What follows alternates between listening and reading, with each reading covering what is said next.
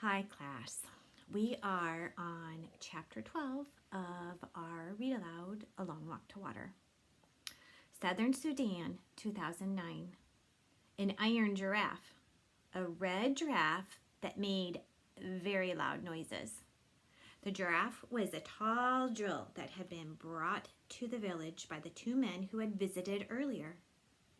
They had returned with a crew of 10 more men in 2 trucks, one hauling the giraffe drill along with other mysterious equipment, and the other loaded with plastic pipe. Meanwhile, the land was still being cleared. Naya's mother tied the baby on her back and walked with several other women to a place between the village and the pond. They collected piles of rocks and stones and tied them up into bundles using sturdy cloth. They balanced the bundles on their heads, walked back to the drilling site, and emptied the rocks onto the ground. Other villagers used tools borrowed from the visitors, pounded the rocks to break them up into gravel. Many loads of gravel will be needed. Naya didn't know why. The piles of gravel grew larger each day. The clangor of machinery and hammer greeted Naya each time she returned from the pond. Unfamiliar noises that mingled with the voices of men shouting and women singing. It was the sound of people working hard together, but it did not sound at all like water.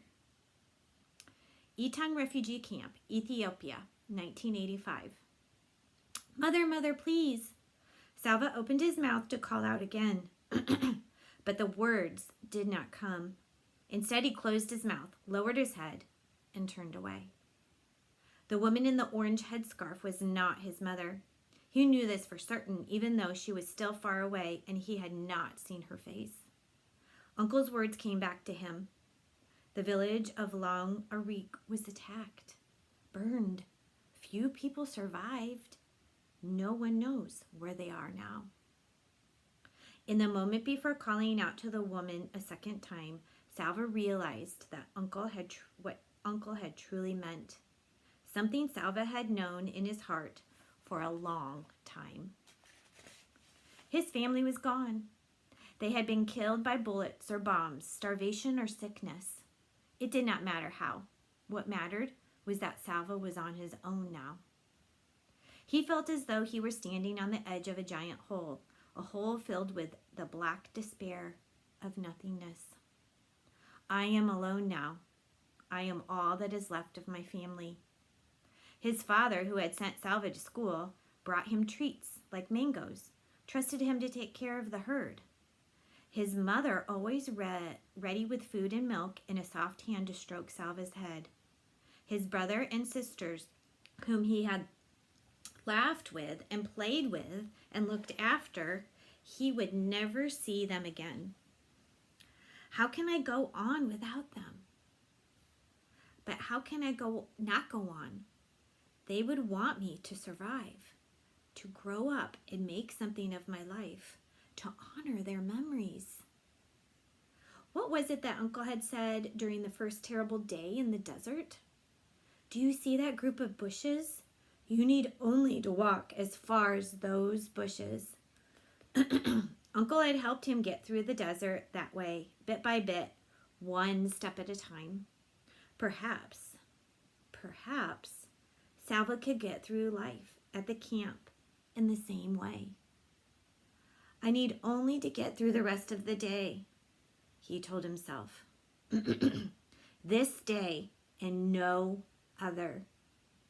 If someone had told Salva that he would live in the camp for 6 years, he would have never believed it. 6 years later, June 1991. They are going to close the camp. Everyone will have to leave. That's impossible. Where will we go? That's what they're saying. Not just this camp, all of them.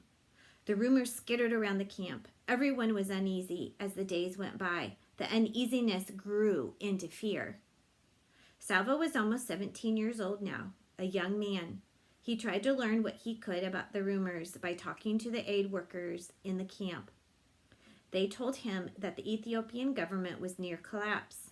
The refugee camps were run by foreign aid groups, but it was the government that permitted them to operate. If the government fell, what would the new rulers do about the camps? When that question was answered, no one was ready. One rainy morning, as Salva walked toward the school tent, long lines of trucks were arriving. Masses of armed soldiers poured out of the trucks and ordered everyone to leave. The orders were not just to leave the camp, but to leave Ethiopia. Immediately there was chaos. It was as if the people ceased to be people and instead became an enormous herd of panicked, stampeding, two-legged creatures. Salva was caught up in the surge. His feet barely touched the ground as he was swept along by the crowd of thousands of people running and screaming. The rain, which was falling in torrents, added to the uproar. The soldiers fired their guns into the air and chased the people away from the camp. But once they were beyond the area surrounding the camp, the soldiers continued to drive them onward, shouting and shooting. As they dashed ahead, Salva heard snatches of talk. The river. They're chasing us toward the river. Salva knew which river they meant, the Gilo River, which was along the border between Ethiopia and Sudan. They are driving us back to Sudan, Salva thought. They will force us to cross the river. It was the rainy season, swollen by the rains.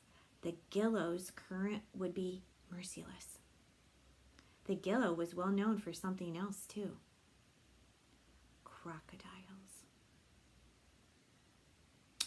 Oh my goodness. So Salva is in Ethiopia and he was there for 6 years in the same camp. And then one day he was just told that they were closing the camp and that they were all going to have to leave.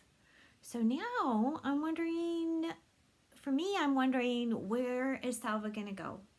What are you wondering about? What do you think is going to happen tomorrow?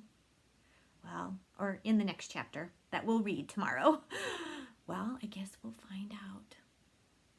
See you tomorrow, right back here, Univies.